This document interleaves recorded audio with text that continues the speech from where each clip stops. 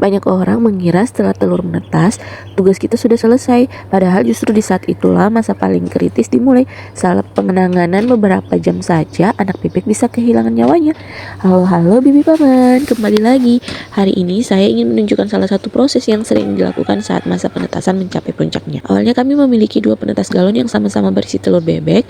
Sebagian besar telurnya sudah memasuki masa menetas. Cangkang mulai retak satu persatu, tandanya bahwa anak bebek di dalamnya sedang berjuang keluar. Karena isi kedua penetas sudah mulai berkurang, kami memutuskan untuk menggabungkan semua telur yang masih dalam proses penetas ke dalam satu penetas saja. Sementara satu penetas lainnya dikosongkan dan dipersiapkan untuk tahap berikutnya. Keputusan ini bukan sekedar menghemat tempat atau listrik. Dengan menggabungkan telur yang masih menetas dalam satu ruang, suhu dan kelembaban menjadi lebih stabil sehingga peluang menetasnya telur yang tersisa bisa tetap maksimal. Selanjutnya, keesokan harinya hasil mulai terlihat. Di penetas nomor 2, salah satu telur akhirnya pecah. Anak-anak bebek mulai keluar dari cangkangnya. Ada masih yang basah, ada yang sudah mulai berdiri, dan ada juga yang masih beristirahat sambil mengeringkan bulunya.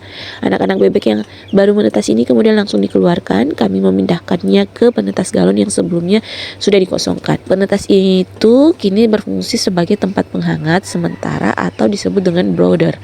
Kenapa harus dipindahkan? Karena anak bebek yang sudah menetas akan bergerak ke sana kemari. Jika tetap berada di dalam penetas yang sama, telur yang belum menetas, gerakan mereka bisa mengganggu telur-telur lain yang masih membutuhkan kondisi tenang untuk menyelesaikan proses penetasan. Selain itu, membuka penetas terlalu sering untuk mengambil anak bebek juga dapat menyebabkan suhu dan kelembaban turun secara drastis. Padahal perubahan kecil saja bisa membuat telur yang hampir menetas menjadi lambat bahkan gagal untuk menetas. Di tempat khusus, anak-anak bebek tetap mendapatkan suhu yang hangat sehingga tubuhnya tidak kedinginan. Saat baru menetas, bulu mereka masih basah dan belum mampu menjaga suhu tubuh sendiri. Jika terlalu cepat terkena udara dingin, mereka berisiko lemah, stres, bahkan mati. Setelah beberapa jam hingga bulunya benar-benar kering, mengembang, dan anak bebek terlihat aktif, barulah mereka dipindahkan ke tempat yang pemeliharaan berikutnya. Proses ini terus diulang ketika ada lagi anak bebek yang menetas di penetas utama. Kami kembali mengambilnya dan memindahkannya ke tempat penghangat. Dengan cara ini, anak bebek yang sudah lahir tetap aman, sementara telur-telur yang masih proses menetas bisa menyelesaikan prosesnya tanpa ada gangguan.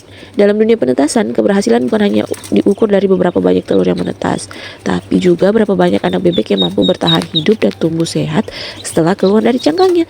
Menetaskan telur bukan sekedar menunggu cangkang pecah.